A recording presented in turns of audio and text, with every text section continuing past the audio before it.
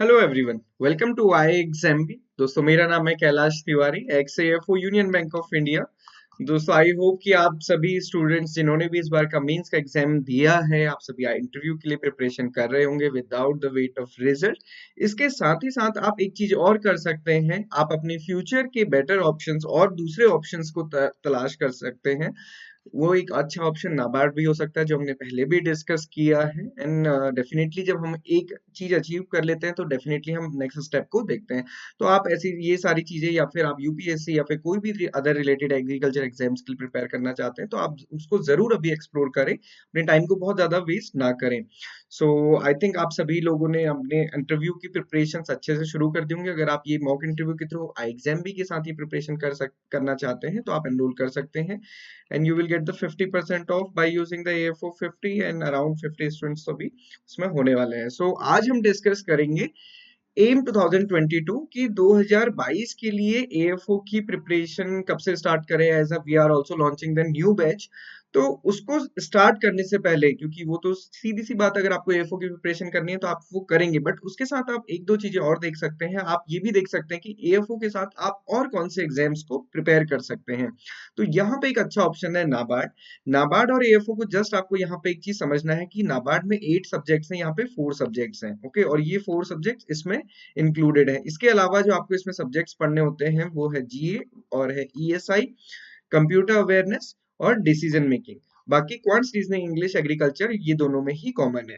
तो इसके अलावा नाबार्ड के लिए आपको ये 4 चीजें पढ़नी होती है, और उसके बाद दोनों में काफी सारे डिफरेंसेस हैं। तो हम पहले डिफरेंसेस से शुरू करते हैं, उसके बाद हम डिस्कस करेंगे कि नाबार्ड की प्रिपरेशन करते हुए आपको क्या बेनिफिट होते हैं, और अगर आप एएफओ की प्रिपरेशन करते हैं तो फिर आप कैसे इसको आगे कंटिन्यू कर सकते हैं। तो जस्ट मैंने अपनी सैलरी स्लिप शो कर रखी है, just to inform you that कि 3 ईयर 10 मंथ की सर्विस के बाद, 3 साल और 10 महीने सर्विस करने के बाद, after the 11th bipartite settlement जो कि हो चुका है, उसके बाद जो मेरी सैलरी थी it is around 61,000। Okay, gross salary है, जो डिडक्शन के बाद अराउंड 48,000 क्रेडिट हुई थी। तो 60,000 सैलरी आपकी 3 ईयर 10 मंथ, मतलब आप मान सकते हैं कि लगभग 4 साल में आपकी सैलरी 61K होगी। इसके अलावा बाकी अलाउंसेस इसमें होते हैं। हाउस रेंट लीज है 10,000 अराउंड, कन्वेंस लीज है, न्यूज़पेपर अलाउंस है, मोबाइल बिल रिम्बर्समेंट है, क्लीनिंग अलाउंसेस हैं। ये सारे ही अलाउंसेस हर जगह ही होते हैं, चाहे आप बैंक ज्वाइन करें, चाहे नाबार्ड ज्वाइन करें, या कोई भी अदर एग्जामिनेशन आप ज्वाइन करें। सेम टाइम आप यहाँ पे ये देख सकते हैं कि नाबार्ड की सैलरी, कोई जो नया ज्वाइन करता है on the base salary of 29,700, उसकी सैलरी अराउंड 71,800, मतलब अराउंड 72K होती है। तो आप ये देख सकते हैं कि आईबीपीएस एएफओ 4 ईयर जॉब करने के बाद भी आपकी सैलरी अराउंड 61K रहेगी ग्रॉस सैलरी, और यहाँ पे ग्रॉस सैलरी अराउंड 72K रहेगी, और ये अभी विदाउट 11th बाइपर्टाइट सेटलमेंट है। और अगर ये 11th बीपीएस हो जाएगा तो around 12K to 15K salary यहाँ पे इसमें बढ़ जाएगी। तो आप ये समझ सकते हैं कि अराउंड 85,000 की ये सैलरी रहेगी। तो मतलब आप ये देख सकते हैं कि नई ज्वाइनिंग में नाबार्ड और एएफओ में 30,000 से भी ज्यादा का डिफरेंस होता है। और उसके बाद अगर अलाउंसेस की बात करेंगे, तो अलाउंसेस यहाँ पे एज कम्पेयर टू एएफओ बहुत ज्यादा होते हैं। हाउस रेंट या फिर एकोमोडेशन, यहाँ पे फ्लैट्स मिलते हैं। नाबार्ड की जॉब में कन्वेंस अलाउंस आप देख सकते हैं कि 150 लीटर पेट्रोल मिलता है, जबकि बैंक में आप ये 35 टू 45 लीटर ही होता है।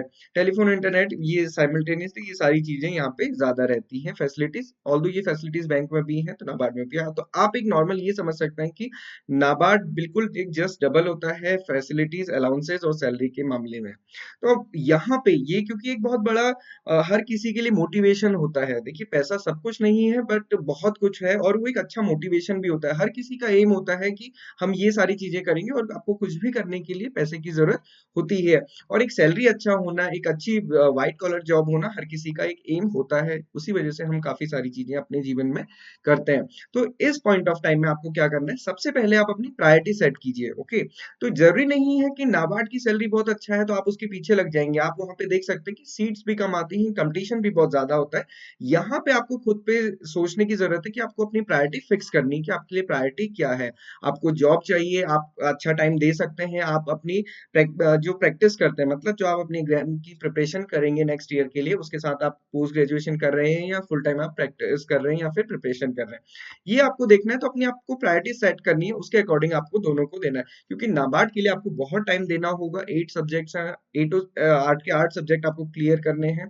देन उसके बाद जो मेंस होता है वो डिस्क्रिप्टिव होता है, तो डिस्क्रिप्टिव राइटिंग स्किल्स भी आपके अच्छे होने चाहिए। वन लाइनर वाली स्टडी से उसमें काम नहीं चलता है। ओके, तो इस बेसिस पे आप अपना टारगेट सेट कीजिए, आपके पास कितना टाइम अवेलेबल है, कितना आप कर सकते हैं, उसके बेसिस पे अपना टारगेट सेट कीजिए। वो एएफओ भी हो सकता है, नाबार्ड भी हो सकता है, स्टेट गवर्नमेंट एग्जामिनेशंस भी हो सकते हैं, कुछ भी हो सकता है, बट आप अपना टारगेट जरूर सेट कीजिए। सबसे पहले अपनी स्वॉट एनालिसिस कीजिए। जब आपने टारगेट सेट कर दिया, उसके बाद आप ये देखिए कि आपको कहाँ पे अच्छी आपकी स्ट्रेंथ है, कहाँ पे आपकी वीकनेस है, कहाँ पे आपको ज्यादा काम करना है। ओके, तो जैसे हम लोग सिंपल समझ सकते हैं कि क्वांट्स, रीजनिंग, इंग्लिश और एग्रीकल्चर है। तो एग्रीकल्चर स्टूडेंट्स के लिए एग्रीकल्चर उनका अच्छा सब्जेक्ट हो सकता है, बट अलाइड स्टूडेंट्स के लिए एग्रीकल्चर को भी उतना ही फोकस करना पड़ेगा। तो आप ये देखिए कि किसमें आप अच्छा कर सकते हैं, किसमें आप अच्छा नहीं कर पा रहे हैं, और आपको उसके लिए क्या करना पड़ेगा, आप ये देखिए। ओके, देन आप स्ट्रेटेजाइज कीजिए, और देन उसके बाद आता है इंपॉर्टेंट चीज है, दैट इज सोर्स, कि आप कहाँ से पढ़ेंगे। देखिए एग्रीकल्चर, क्योंकि आपने ग्रेजुएशन एग्रीकल्चर में किया है या लाइफ साइंसेस में किया है, आपकी 4 ईयर डिग्री भी सफिशिएंट होती है अगर आप अच्छे से पढ़ते हैं तो। ओके, क्योंकि आप लोगों ने देखा ही है कि जितना भी पूछे जाते हैं क्वेश्चन जनरली किसी भी पेपर में, वो हमारे ग्रेजुएशन लेवल में सारे के सारे कंप्लीट होते हैं। ऐसा कुछ भी नहीं होता कि जो ग्रेजुएशन में कंप्लीट नहीं होता है। ईएसआई या फिर जीए या फिर आप बाकी चीजें देखेंगे जो कि नाबार्ड के एग्जाम है, उसके लिए डेफिनेटली आपको अलग सोर्सेज देखने पड़ेंगे। तो यहाँ पे क्या है कि एक तो आपको अपनी ग्रेजुएशन वाली स्टडीज को देखना है, उसके बाद आप जैसे आज के टाइम पे है कि हम बहुत सारे सोर्सेज को रेफर करते हैं, चाहे बुक्स है चाहे कोचिंग है, तो आप वो रेफर कीजिए जहां से आपको समझ आता है। ओके, क्योंकि हर किसी को एक ही जगह से, हर कोई स्टूडेंट एक बुक नहीं पढ़ सकता, हर किसी को एक जगह से भी समझ नहीं आ सकता। तो वो चॉइस आपकी है, वो आप खुद से डिसाइड करें, बट उसको जल्दी डिसाइड करें, क्योंकि सोर्सेज आपके जो होते हैं वही आप उसी को लेके आप चल सकते हैं, और जो हमारा सोर्स है वो हमेशा अच्छा होना चाहिए। बुक, आप किसी भी एक बुक को रेफरेंस बनाए, आप उसको पढ़ते रहेंगे तो डेफिनेटली उसके रिजल्ट आपको दिखेंगे। और उससे इंपॉर्टेंट चीज होती है, ये सारा कुछ करने के बाद आप जब अपने नोट्स बनाते हैं और उनको कितना रिवाइज करते हैं, ये सबसे ज्यादा इंपॉर्टेंट फैक्टर होता है, क्योंकि रिवीजन ही हर चीज में जरूरी है। पढ़ने के लिए हम बहुत सारी चीजें पढ़ते हैं, बट हमें कितनी याद रहती हैं, ये एक इंपॉर्टेंट चीज है। तो ये अप्रोच आपकी रहनी चाहिए। आप खुद से सेलेक्ट कीजिए कि आपको नाबार्ड के लिए प्रिपेयर करना है या फिर एएफओ के लिए प्रिपेयर करना है। आपके पास टाइम है तो आप नाबार्ड के लिए प्रिपेयर कर सकते हैं। आप BSc AG second year, third year, final year में है, तो आप नाबार्ड को टारगेट कर सकते हैं। अगर आपको इसी साल पेपर देना है ना, आपको लगता है कि मेरे को पोस्ट ग्रेजुएशन भी करना है, उसके साथ और भी चीजें करनी है, बहुत टाइम नहीं है, तो आप एएफओ भी कर सकते हैं। अगेन वो जो डिसीजन होगा वो आपका होगा। तो जैसे सोर्सेज की हम बात कर रहे थे, तो सोर्सेज में क्या आती है, एक तो बुक्स आती है, तो अगेन बुक्स के लिए और टीचर के लिए, दोनों के लिए एक ही नियम होता है। हम सभी को पता है कि बहुत सारे टीचर्स हैं, बहुत सारी बुक्स हैं, दोनों में कोई बहुत बड़ा डिफरेंस नहीं होता, बट कुछ बुक्स से हमें बहुत इजीली समझ आता है, कुछ टीचर हमें बहुत अच्छे लगते हैं। तो वो इंडिविजुअल चॉइस होती है, उसका किसी का एक दूसरे से कोई कोरिलेशन नहीं होता है। आपको जो भी चीज सही लगती है वो आप करें, बट साथ में जो चीज इंपॉर्टेंट है, जो आपको करनी है, दैट इज द रिवीजन। आपको रेगुलर स्टडीज करनी है, रेगुलर रिवाइज करना है, क्योंकि अगर आप रिवीजन नहीं करेंगे तो चाहे आप कैसी ही बुक लीजिए, चाहे आप कैसे ही टीचर से पढ़िए, उसका कोई बहुत ज्यादा फायदा नहीं होने वाला है। ओके, तो रिवीजन आपके पास होता है, उसको आपको बहुत अच्छे से करना है। बुक्स एंड सोर्सेज की बात करें तो कंसेप्चुअल बुक, रिवीजन बुक्स और एमसीक्यू बुक्स और मॉक टेस्ट होते हैं, जो ये आपको रेगुलरली करने ही होते हैं। आपको अपने हैंड रिटन नोट्स जरूर बनाने हैं, चाहे आप किसी भी एग्जाम की प्रिपरेशन करें, चाहे आप किसी भी एग्जाम को टारगेट करें। आप एएफओ को भी टारगेट करते हैं तो आप कुछ भी पढ़ते हैं, आप उसके नोट्स जरूर बनाएं।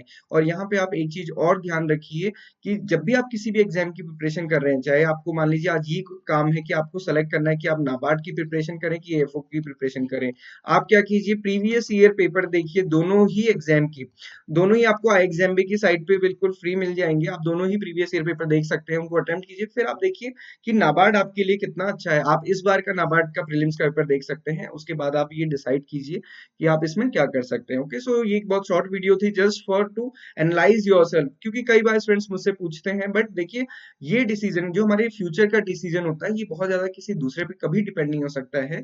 इसमें आप सबसे पूछ सकते हैं, सबसे सुन सकते हैं, उसके अलावा जो फाइनल डिसीजन है आपको अपना खुद बनाना होगा, और वो डिसीजन हमेशा रियलिस्टिक होना चाहिए, जिसपे आप हमेशा अच्छे से फॉलो भी कर सकें। ओके, सो अगर आप आईबीपीएस एसओ एएफओ की प्रिपरेशन करना चाहते हैं, तो we are starting our new batch from 20th February, जिसमें आपको video lesson, study notes, practice test, live session and interview guidance मिलेगा, and we are also offering the flat 35% off for this new batch. तो आप इसमें enrol कर सकते हैं, अपनी प्रिपरेशन अच्छी कर सकते हैं। देखिए, आप किसी भी चीज को फोकस कीजिए, टारगेटेड अप्रोच हमेशा हमारी होनी चाहिए। अगर हम टारगेटेड अप्रोच लेके चलते हैं, डेफिनेटली सक्सेस हमें मिलती है। तो आई होप कि मैंने आपके डाउट्स क्लियर किए होंगे। अगर आपको स्टिल भी डाउट है जैसे नाबार्ड और एएफओ या फिर कोई अदर एग्जामिनेशन, तो आप हम कमेंट बॉक्स में हमें लिख सकते हैं, या फिर आप मेल कर सकते हैं। आप इस नंबर पे कॉल करके पूछ सकते हैं। Okay, so thank you everyone, and wish you all the very best for your future, and thanks for watching this video. Have a good day ahead.